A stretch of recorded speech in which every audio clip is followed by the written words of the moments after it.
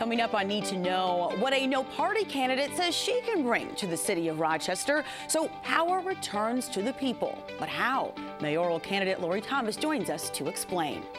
Also on the show, more than half of kids in the U.S. have been exposed to violence. The ripple effect of that exposure is damaging in more ways than one. We'll hear about a local effort trying to mitigate the impact in Rochester. And artists explain what it really means to see your own cultural identity reflected in a painting and in the painter. Stay with us. Need to Know starts right now.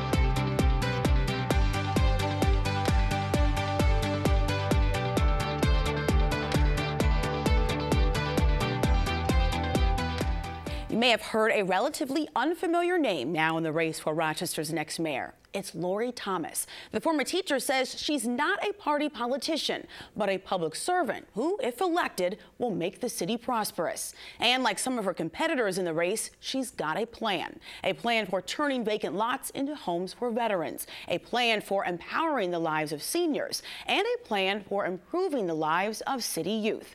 Joining me at the table to make her case for mayor is Lori Thomas. And welcome to the show. It's good to see you. Thank you. It's good to be here. So, Lori, I will start with the same question that I've asked all the candidates who have joined me, and that is why? Why do you want the job for mayor? Basically because I believe the people should stand up and take power back from government, from party politics government. I have said before, and it's been in the news, I believe that the Democrats control the poverty in the city while the Republicans control the wealth in the suburbs, and that we have to break down. We have to stop that. There's been this rise of unaffiliated voters in recent years, but in your opinion, how can an unaffiliated candidate like yourself really shake things up in the city of Rochester if elected in ways that a party-affiliated candidate cannot? Because I'm more involved with the people. I'm more concerned with the success of the people than the success of corporations that want to run the city. We, as a people, have been living under the poverty of corporate control, I believe. We have... Are there any examples in what you mean? We have a mayor right now who's doing the best job I know that she thinks she can, but wants to encourage public housing, affordable housing. I want to encourage home ownership by people, okay? Taking the vacant lots that we have in Rochester and providing an opportunity for individuals to build their own homes and live in those homes and thereby increase the tax base of Rochester. And let's talk about that for a little bit, because that is, you've got a 6-phase revitalization plan, and that's phase 1 of the plan. So it's the Tiny Homes Project. Yes. And I've heard about this model out of Kansas City, Missouri. It's called the Veterans Village. Yes. I wanted to learn, what exactly does your plan entail? Well, what we do, I'm not sure if you're familiar with tiny homes. Well, let me backtrack a little bit. My son is a veteran. Both my sons are veterans, actually, but one of my sons suffers from post-traumatic stress syndrome. I have talked with the Veterans Administration, and tiny homes are just these small homes where veterans can feel comfortable, not feel endangered, feel safe. And in those tiny homes, they can actually have a greenhouse erected next to them where they can grow vegetables, food for either veterans, the school school board, sell at the public market. In other words, become self-sufficient while they're safe in their own homes. So while under the Dream Tank, we called it the Military Greens Project, okay? That's one of the things that I'd like to do. Another thing that I'd like to do is, with community gardens, place people in homes that they work with Habitat for Humanity to build, but become responsible for the community garden next to them so that they can, again, become self-sufficient and entrepreneurs in growing vegetables, fruits that they can sell at the public market, that they can supply Tops, Wegmans with, that sort of thing. Okay, City Hives is another project. We can get money from the federal government. Because bees are an endangered species, we can actually create beehives within the city that people can take care of and grow honey, bees, whatever. I want to go to education for just a moment, because as a former educator, and you still work with kids, I want to know, what will a Mayor Lori Thomas do for city students that we have yet to see take place at this point? Or what will you focus on that you believe there hasn't been much focus on but could be promising? Well, those two projects are kind of hand in hand, because once we increase the tax base of the city, we can get rid of that Big Five control from the state. Once we come out from underneath of that Big Five control, we can do like a Fairport or and you mean, and when you say the Big Five, you mean in terms of funding from city? In terms of funding, in terms of a paid school board where we cannot, as a people, control the budget process, that sort of thing. Because we just realized in the news that the budget has been not very well held to accountability. So we need to take back that power over our city school district and provide a better form of education for our students. Do you see yourself, I asked Alex White the same question, if elected as mayor, do you see yourself in terms of working with the city in the front seat, driving some of these efforts, or in the back seat, helping to support them? Both. I think that it's important to drive the initiatives that I have proposed, but only in response to the people and how they feel about those initiatives. I know seniors is another big focus for you in terms of your revitalization plan, and you would like to rehabilitate the Psychiatric Center on Elmwood Avenue into a rent-controlled senior living community. We're talking fully stocked barbershops, beauty shops, grocery store, daycare for residents so that they can volunteer and take care of young people. Yes. First, how many people do you envision this serving? It depends on how they reconstruct that property.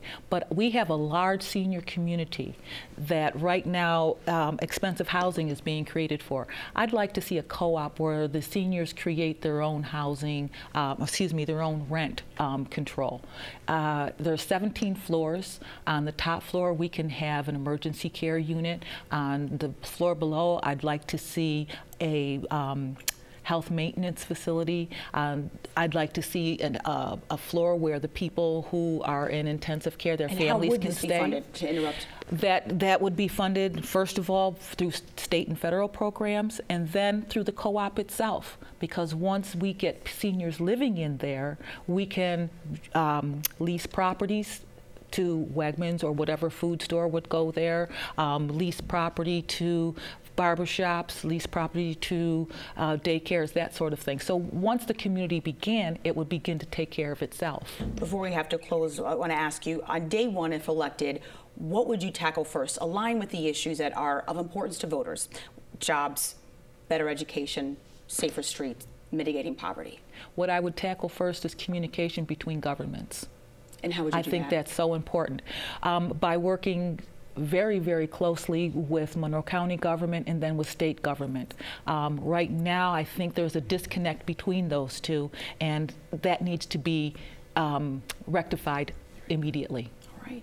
Well, Lori Thomas, as you know, viewers know, we've been inviting all of the candidates in the mayoral race for 2017 at the table, so I appreciate you being here today. And to learn more about the campaign of Lori Thomas, go to thomasformayor.wordpress.com. When kids lash out or negatively act and speak out in the classroom, there are repercussions. There's detention, suspension, expulsion, and sometimes legal ramifications. But what's the story behind their behavior? And what would the response be if we knew that for some, their actions are directly connected to the violence they witnessed or endured and the long-term damage that violence has caused, such as trauma? According to a survey done by the Department of Justice, 58% of kids have experienced or witnessed violence. Joining me to discuss a local effort to mitigate the impact of this public health crisis is Moses Robinson, a longtime law enforcement agent and a consultant for Futures Without Violence. Ruth Turner, Executive Director of Student Support Services with the Rochester City School District, and Gwen Olton, a Senior Consultant with Coordinated Care Services. Welcome to all of you. Welcome back to two of you. It's good to see you. So what people may not know is that when children are exposed to violence, they have a higher risk of being caught up in that cycle of criminal behavior, getting involved in that cycle of criminal behavior later in life. And Moses, I'm looking at you because you have a long history in law enforcement. You've been involved in this work around the country. How does that happen? How is there long-term damage? Well, we know through, through a lot of research today, what we call the neuroscience of brain development, that a lot of our children, especially the younger they are, when they're exposed to violence, that it has long-term effects on their brain, and how they, even to the extent where it damages the brain in areas where they're not able to make right decisions about their lives. And so basically what we're saying is that because of the level of violence and exposure to violence and the repeated exposure to violence, that it has debilitating effects on their development of their brain in the long term. And Ruth and Gwen, what are we seeing then, right? So we hear that, but what does it look like? How does that play out in the home, in the classroom, in the community? Well, what we see often in the schools and the classrooms, we see very aggressive behavior. Children as young as kindergarten, first grade, there's a lot of kicking, hitting, screaming, just a lot of acting out in aggression. And that's often due to their own experience or exposure to violence. So I know the three of you have been working with many others who couldn't join us today, including Monroe County Family Court Judge Joseph Nesser, and you came together several months ago because you realized that an intervention of sorts was needed in an effort to change the possible life trajectory of children who have been exposed to violence. At its core, what are you trying to do? Gwen? I'll let you speak. Well, I mean, I think we are trying to use this body of research that we have, right? So some of this research has been around for a long time, and sometimes it's called trauma-informed care, sometimes it's called a lot of other things, right? But we know that there are best practices that can help people who are suffering from the effects of violence, and many of us are, right? So even if we're not experiencing trauma per se, we've grown up in a pretty violent culture. Many of us have grown up in violent communities, sometimes violent households, and this impacts the way that we're perceiving the world around us. And so what we'd like to do is use this research and create something different, not just critique all the problems that we have, but really create our vision for a world that's less violent, less aggressive, more caring, more empathetic, and more compassionate for not only all the youth that we're working with, but for ourselves. I think what we've seen in Rochester, what we've witnessed, is that we have phenomenal institutions in Rochester that reach out and within the community. But what we're looking at is bringing all those institutions together, the Rochester City School District, Coordinated Care Services, and different, the Health Foundation and these organizations to say, okay, how can we work together to deal with the situation with trauma-informed care? For instance, we look at family court, and we're looking to change the approach of family court to make it more trauma-informed. We realized through some of the research that we talked about is that 70% of the kids who are involved in some way, shape, or form of family court that are entering to family court have some level of trauma that's not being screened or diagnosed. I want to jump on that because you said to me that you did a training with family court judges, and Moses, you said that you realized that the young people weren't being asked a pivotal question, and that was, why are you hurt? Yes. Why are you hurting? Why is that question important in terms of screening? Well, I think that's very important because oftentimes what we begin to see in the classroom, what we begin to see in the streets in terms of violence, and we know that hurt people, hurt people, right. So we're asking our children why they hurt, but we also are talking to the family court judges, and we're asking them the question, which is, what can we do different other than continue to remand or to detain children who have been hurt? Let's look at a screening process so we can narrow the focus and make appropriate evidence-based practices to intervene and help not only the child, but the family as well.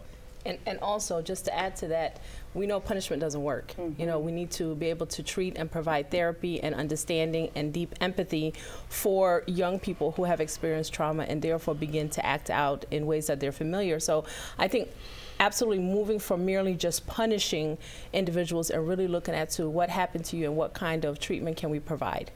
So this is not about reinventing the wheel. This is not about creating anything new. This is about taking the partnerships that already exist, building upon that, and developing a screening process, and correct me if I'm wrong, to identify what young people are going through, and then based on the information that you get from the screening process, figuring out the different types of resources or agencies, partners that these young people may need, and how to get access to that information. Is that about right? What am I missing? I think it's sort of all at once too, right? Like, we have a lot of information already that we could use as sort of a screen, right? So we had the Youth Risk Behavior Survey in 2015. It was we're going to have more results again soon. We know that these things are going on for all of us in the community, right? So to some extent, the screening is helpful, and also we don't want to delay doing things that we already know are helpful.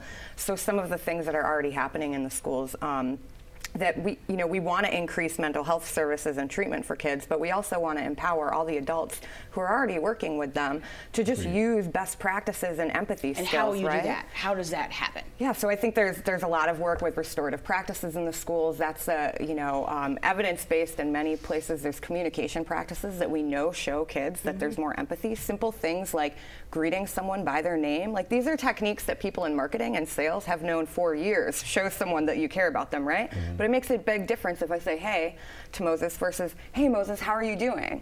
I mean, we automatically feel the difference. So some of them are simple things like this, Yeah, and I just wanted to add to that. So for us, in terms of the city school district, we're not so much concerned with assessment. Our idea is to universally respond in a way that's trauma informed, because even if an individual has not experienced trauma, it's not going to harm them. So we teach strategies, as she says, greeting students by their name, really taking an interest in, how are you, how are things going, making sure that we're aware of our tone and body language, and being aware of what might trigger students to respond in a way that's negative. So really moving from having the information and responding to what we know. And how do you get, so for the viewers that are watching right now and they're community members and they're saying, well, those aren't my kids, so how does this connect to me? How do you plan for these strategies that you're talking about, these best practices, to really filter out and get into the community so that there's an ownership of it and that they're being implemented? I would say these are all of our kids, right? Like, there's not a, I personally don't have children, but all the kids that I come across are part of my community. They're my kids too, right? Like, we have to have these, the CDC calls them safe, stable, nurturing relationships, but we can just say relationships, right? Like, we need to have these relationships with each other in order to build a strong community that cares. One of the things we're doing with the Futures Without Violence and throughout, with the Department of Justice initiative is that we're doing what they call, 5 gestures. And these 5 gestures incorporate just simple practices of working with kids on a day-to-day basis, whether it's in, encouraging them, inspiring them, motivating them, listening to them, so these things happen in terms of just everyday gestures that people within the community can demonstrate towards a child. We have to close for now. I know May 8th, a big meeting among all of you with the Rochester City School District. The folks you've been working with will be presenting to the superintendent the research, what you've learned, and we look forward to hearing more about this. A special thank you to my guests for joining me today. This is an issue that we've covered in the past on Need to Know, and it is one that we will continue to follow in our community. Well, for Keturah Ariel, making art that inspires, uplifts, and advocates for her community is a priority. When the artist had a hard time finding paintings and drawings of girls that reflected her, young women of color, she began creating the images herself. The result, a business for her passion that inspires and empowers young girls. Here's her story from PBS partner WOSU in Columbus, Ohio. I am originally from Toledo, Ohio. My family is from Detroit. And then we all kind of migrated down here when I went to Columbus College of Art and Design. I remember being younger and not really seeing myself in places. Like, when I was younger, I couldn't find paper towels that were brown, I couldn't, so I made my own. And I did that as a 6-year-old little girl. I made my own paper towels, and it grew to a collection of 1,000 paper towels, because that's how dedicated I was, or passionate about seeing things that look like me in the world, So with my work, I I want to show like people of color, Black people, doing regular things, you know what I mean, existing in their regular life and being happy or being sad or being playful or being in love. Like that's all very important to me, to just illustrate those moments, because you don't see them as much as you should, you know. But I always knew I wanted to make art. I just didn't know how I could turn that into something profitable. I think it was in 2012 is kind of when I figured out that I can actually sell my artwork on products, and that's when Ariel Brands came about.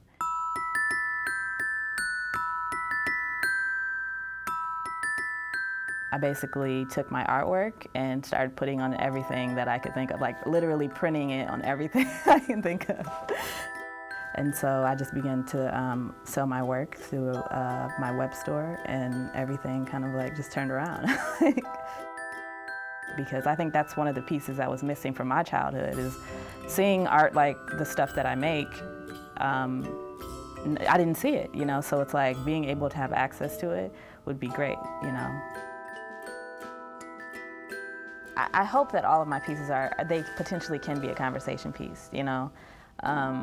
I hope so, like that's one of my goals, but I think like the whole social commentary of some of my pieces is really interesting, because people are used to seeing me like do playful stuff, and it's always really more difficult for me to do stuff that has like pain in it, you know what I mean, or struggle. But I think showing both is important. Showing both sides of the Black experience is important. I have, you know, friends who are not Black who love my stuff too, and who wear it and proudly, and like they still want to represent, even though it's an experience that they don't feel directly, they still see the experience and appreciate it, or, you know, share it for what it is, you know. And I think that's important too, because we all need to have that conversation together. It doesn't need to be just one group of people. Back before, you know, when I was younger, when I was a kid, like that, I didn't have access to seeing like a Black artist, a Black woman artist creating artwork and making money off of it, and actually having her own studio and stuff like that. Like I didn't know they existed. And so being able to fill that gap feels great for me, because I know like the next generation, they'll have more examples that I didn't have when I was younger. While Couture described the importance of children seeing artwork that celebrates their cultural identity, Johnny Lee Smith says there's another aspect that empowers young people. The Rochester artist, known for his strikingly raw portraits that stir emotion, says African American and Hispanic youth also need to see artists who look like them. That was a rarity for Smith, who grew up here in Rochester. Joining me at the table to share more is artist Johnny Lee Smith, and it's great to see you. So Johnny, we had an opportunity to profile you a few years ago for Need to Know, so it's good to have you here. You told me that your passion for art really developed when you were in high school and you were a student at Pittsford Sutherland, but you also said you didn't see any role models in the classroom who looked like you doing that work. So as a teenager with this newfound passion, how did that impact you? I guess it started out, it evolved. I didn't seek out artists or had an interest in art. It kind of was my way of finding myself. And as I started to find myself as an artist, I wanted to see what an artist of color would depict. And it was nervous. Yeah, no, don't be nervous. I remember you telling me, because you look to Gordon Parks. I mean, but even before Gordon Parks, it was the interest locally, like David Haygood and Joe Flores. So seeing those people work and being able to interact with them, and oops, I stepped on my mic. That's okay. So when you did see that, when you were able to interact with them, how did that affect you? It was like seeing is believing. Like I myself couldn't see myself as an artist until, I guess, seeing what an artist of color thinks like and creates like, because my own perception of what art was at the time, thinking in middle school before I even went to Pittsford Sutherland. So I guess education is also important, and I think because those opportunities was only allowed for me in the suburban school system. Wow. in the city schools district, we didn't have that many materials, products. There's kids throwing crayons in the back of the classroom. I've had my first slap box fight with one of my friends in the art classroom. So there was no art relation in my life until Pittsford. So. I want to ask you, because I ran into you a few years ago, and you said to me, hey, I'm teaching art classes to young kids. And so in that role as a teacher, and tell me, what did you want your students that you're teaching, what do you want them to gain from you, learn from you that you did not get? Expression of self. So what I used my artwork for in high school was identity, finding myself, and I started painting pictures of my family members and also painting my expressions, how I felt. One of my first two favorite pieces were hope and sorrow. So I think I spoke with you about Gordon Parks and his influence on me, seeing how the culture and poverty and that sadness kind of encouraged me to think that's what art was supposed to be.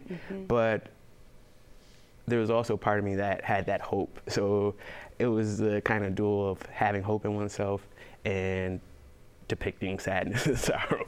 Right. And but was the sadness and sorrow my own? I was only a high school student. I think I may have over-exaggerated some things, and any high school student would. But that was how you felt at the time. But it's all about expressing oneself and using art as a tool to express oneself is always one of my importance. I want to ask you before we close, what could happen if more young people see visual artists and creatives who look like themselves? I think they do, in a sense, which is more in a negative. Like I would say, like the music industry, which even myself was influenced by, or the urban clothing, the desire to want to seek acceptance through the things we wear. So like having new sneakers on it and friends saying like, oh, they really like it, that encouraged me. I started designing shirts of myself, and seeing individuals have interest in that kind of encouraged me to start creating my own clothing line. So sorry, there's so much. I don't even know where to start. So right. No, well, it's great to see you and great to have you weigh in on this issue. So for artist Johnny Lee Smith, we thank you. Good to see you again. Seeing our work, it was very uplifting. Very much so. Inspiring. Well, you can learn more about Johnny and his work online. Go to his website, everythingjls.com. And that wraps up this edition of Need to Know, Rochester's news magazine. I'm your host, Helen B. and Duty Hofer. Thank you for joining me, and I'll see you next week.